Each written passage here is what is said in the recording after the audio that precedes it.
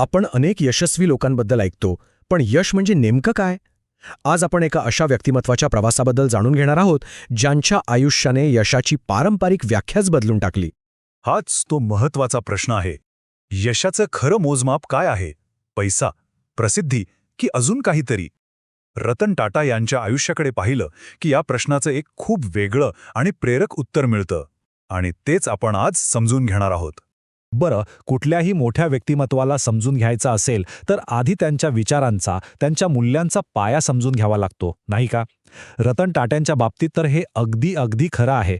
त्यांची ओळख फक्त टाटा या नावाने नाहीये, तर ती त्यांच्या तत्वांमुळे आहे. चला त्यांच्या प्रवासावर एक नजर टाकूया. सुरुवात होते 1937 साली मुंबईत, जिथे टाटा कुटुंबाचे संस्कार त्यांच्यावर झाले. पण ते तिथेच थांबल्या नाहीत. ते गेले थेट अमेरिकेतल्या कॉर्नेल युनिव्हर्सिटीमध्ये आर्किटेक्चर शिकायला. यामुळे काय झालं तर त्यांना एक जागतिक दृष्टिकोन मिळाला.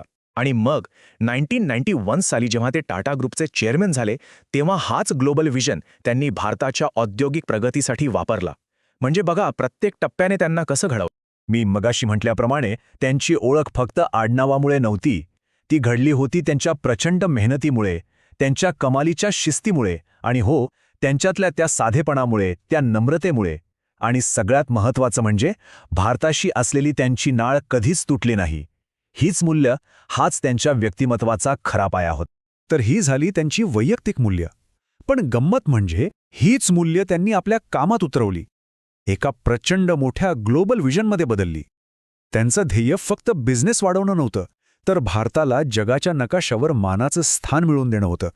आता हे ध्येय गाठण्यासाठी त्यांनी काय केलं? तर सगळ्यात आधी घरातले जे मूळ आधारस्तंभ होते, म्हणजे टाटा ग्रुपच्या मुख्य कंपन्या, त्यांना मजबूत केलं. Tata steel, Tata Motors, TCS, Tata power, या सगळ्यांना त्यांनी असं काही बळ दिलं की आज त्या ग्लोबल पॉवर हाऊस म्हणून ओळखल्या जातात. पण खरी कमाल तर पुढे होती. मग आले ते ऐतिहासिक क्षण, ज्यांनी सगळ्यांनाच चकित केलं.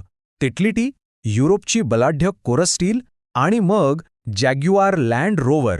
विचार करा, ह्या ॲक्विजिशन्समुळे फक्त टाटा ग्रुपच नाही, तर संपूर्ण भारतीय इंडस्ट्रीचा आत्मविश्वास कितीतरी पटीने वाढला. एक भारतीय कंपनी हे करू शकते, हा विश्वास सगळ्यांना मिळाला. त्यांच्या जागतिक यशानंतर आता आपण एका अशा प्रोजेक्टबद्दल बोलूया जो रतन टाटांच्या हृदयाच्या खूप जवळचा होता.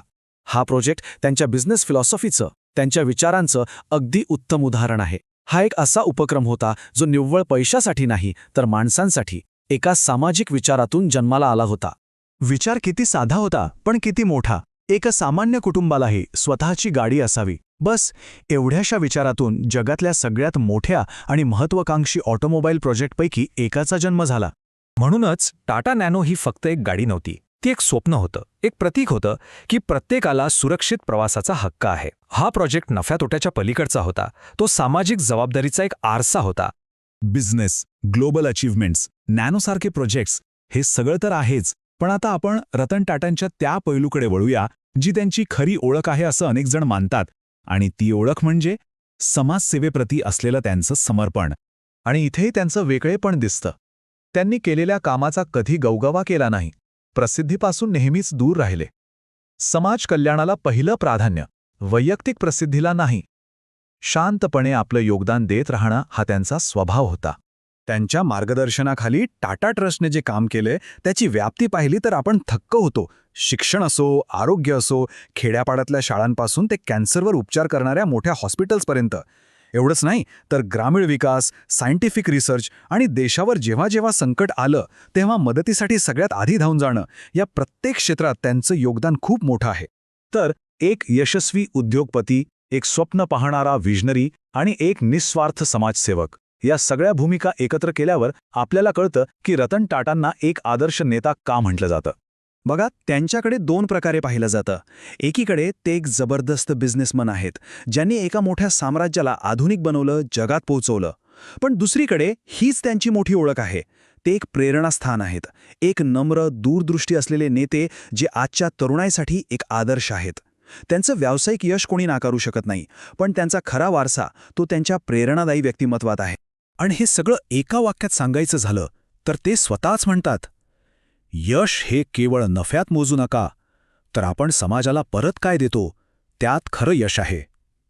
किती मोठा विचार आहे हा. आणि हाच त्यांच्या संपूर्ण आयुष्याचा आणि आपल्या आजच्या विश्लेषणाचा गाभा आहे. तर मग जाता जाता एक प्रश्न मागे राहतो.